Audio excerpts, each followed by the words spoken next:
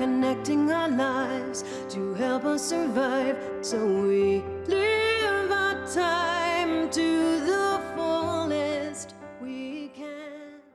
Welcome to Professional Insights, created by Dementia Action Alliance. I'm proud to be your host, Laurie, Scherrer. During our Professional Insights podcast, we have educational conversations with professionals in the dementia community to provide answers and support to people living with dementia and care partners. Today's podcast is on finding your inner dementia strength. My guest today is Judy Cornish, creator of the Dawn Method, a strength-based approach to dementia care. Judy is a retired elder law attorney and author of 2 books, Dementia With Dignity and the Dementia Handbook. Judy, welcome, and thank you so much for joining us today. Oh, thank you, Laurie. I'm very happy to join you. Judy, how did you ever get involved with dementia care? What brought you down this avenue? Yeah, my story is a little different from most people's. I was trying to find a nice small town to be semi-retired and practicing elder law. And so I left my practice in Portland, Oregon, and I eventually found Moscow, Idaho, about 20,000 people in the wheatlands of northern central Idaho. And most of us I know, we become involved with dementia and dementia care through a family member or a loved one. But for me, it was a neighbor. It was the lady across the street, and at the time I was a little younger, and she was probably in her mid-60s, and I'd see her out front watering her tomatoes. And I love gardening, so I started popping over, and I went over and introduced myself. And one of the first things she told me was that she was really good at being forgetful. So Oh, don't be upset if I forget your name, honey. Just ask me again tomorrow. Tell me tomorrow. And we were getting to know each other, and her daughter came to visit. And daughter popped over and introduced herself and said, "Well, Mom's getting forgetful, and we're going to put her in that care facility over there." And that just horrified me. Here's this lovely woman, and she was forgetful, but she had the most intricate system of sticky notes and calendars and day timers. She was so smart. I mean, to me, she had all kinds of courage and tenacity and intelligence at working around losing memory skills. So I volunteered to help. And it's a small town. So pretty soon, I think I had half a dozen seniors living at home, all of whom were becoming a little forgetful. And the kids would call me from cities elsewhere and say, "Hey, we hear you're helping so and so's mom. Could you help my mom, my father?" And out of that came my work with dementia, and the Dementia and Alzheimer's Wellbeing Network. Because to me, I wasn't seeing people experiencing disease. I was seeing people experiencing the loss of very specific skills, but not others. And I think that if we support each other from the perspective of what skills we're losing and which we're keeping, just like we do all through life, all the time, in all our relationships, that then we can work with dementia, and people are much more able to function and enjoy life and companionship. wow, that's a touching story, and bravo to you noticing that a neighbor needed some assistance. What led you to believe that there are strengths in dementia?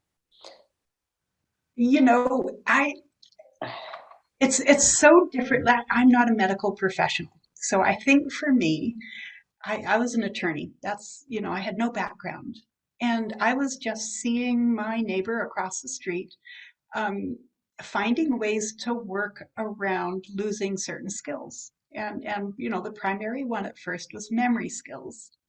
And then when I started helping other people, then I became just fascinated because, I had having very little interaction or exposure to what America considers dementia care. Um, what I was seeing my friends and neighbors experiencing was not what I'd heard. And I think it's very different if you look at dementia from the perspective of how it changes our skills. And when you think about it like that, uh, it's not so much what we lose, much more important is what we keep. And so, I was supposed to be retiring and working part-time as an attorney, as an elder law attorney. I was just going to settle a few estates and help people write wills and, that kind of thing, help people get their end of life documentation in order. But when I was just started spending time with my neighbors, I could see that it's not it's not a random loss of skills. What's really happening, and I could tell there was a pattern, but it took me some time. I ended up spending about 5 years just spending all my waking hours. I never did get back into practicing law. I was just hanging around, spending time with my neighbors, and helping people continue to live at home. And eventually what became clear to me was that nobody was the victim of random loss. And I've heard people say, well, if I begin to experience dementia, I'm just going to go crazy and I'm terrified. But we don't. That's not what happens. And so really what's happening is we're losing one of our two sets of thinking skills. We just lose the secondary one. We lose a set of tools, thinking tools, but we don't lose our very most primary, most important, and most valuable thinking skills ever. And it doesn't matter what type of dementia you're experiencing. And for me, that was the beginning. That was when then I was fascinated. Then I knew there was more to this, that if we were to look at what was happening from the perspective of how we experience life, like, how we interact with other people, how we do household tasks, how we solve problems. And if you think about it like that, and when you begin to realize that our intuitive thinking skills are the most important, and they're the ones that keep us dialed into our relationships and our families and our, everything that's wonderful about life is all right there, and we access it with the intuitive. So that was where it began.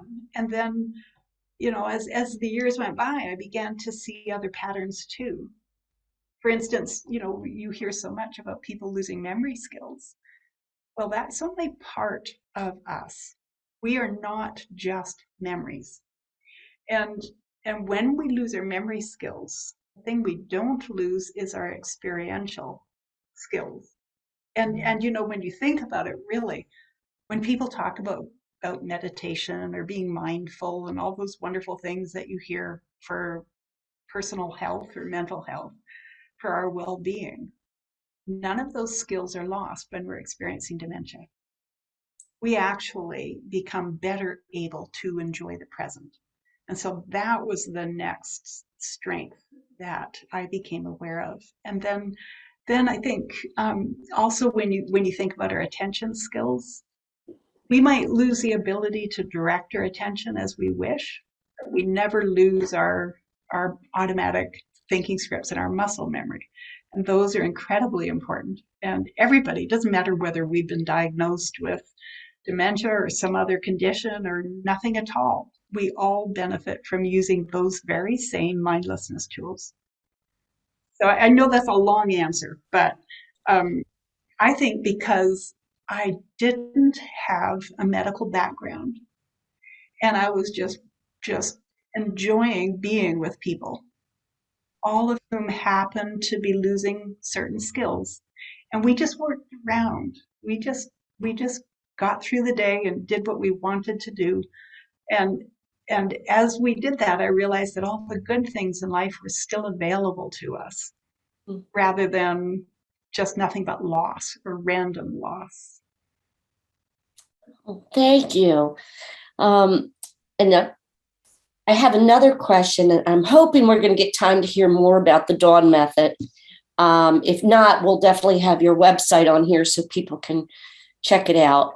But my next question is, as a person living with dementia, how can I recognize my strengths and communicate them to others, my care partners, my family? How do I recognize my own strengths? To me, as I've been thinking about that, I think the best way to communicate it to other people is to say, stop focusing on my losses. I've really only lost my memory skills. I'm 100% able to enjoy the present. And I've really only lost some of these thinking tools. I haven't lost my intuitive thinking skills, and those are the ones that make us truly human and able to enjoy everything in the present. They're the important ones. So in some, I think I'd start out by saying to my companions, I'd say, hey, join me in the intuitive world. It's beautiful here. This is where beauty resides. This is where companionship resides. This is where all of the positive feelings, joy, love, gratitude, it all lives here in the present, and this is where I live. You come join me here. I may be losing my memory skills, but you're not losing yours. So use yours on behalf of both of us. I may be losing some of my rational thinking skills, but hey, those are just tools. We both have the really important ones. And if we need to get something done, be my companion, be my teammate. Let's do it together. You've still got your rational thinking skills, so why do we both need them? And when you talk to people like that, it takes away the kind of the us and them. It's just not us and them, it's us. It is just us. We as people, all of us at all times through life, as we progress through life, when we're children, when we're adults, when we're elders, all of us are always accommodating each other's differing cognitive skills. It's got nothing to do with dementia. It's just let's be kind to each other. And let's recognize the skills we're using, and then let's use them together in the present to enjoy companionship and beauty. And that I'd sum up in, let's join me in the intuitive world. Oh, wow. I did it under your name. I added thedawnmethod.com. I think I spelled it right. But in just a couple minutes, tell us a little bit about the Dawn Method. What is it? Actually, when I was spending time with my neighbors, it took me about 5 years. And I think I did something nobody else did. I just put my career aside and spent my time with people who had been diagnosed and who were experiencing dementia. So that's a totally different look. And the Dawn Method is what they taught me.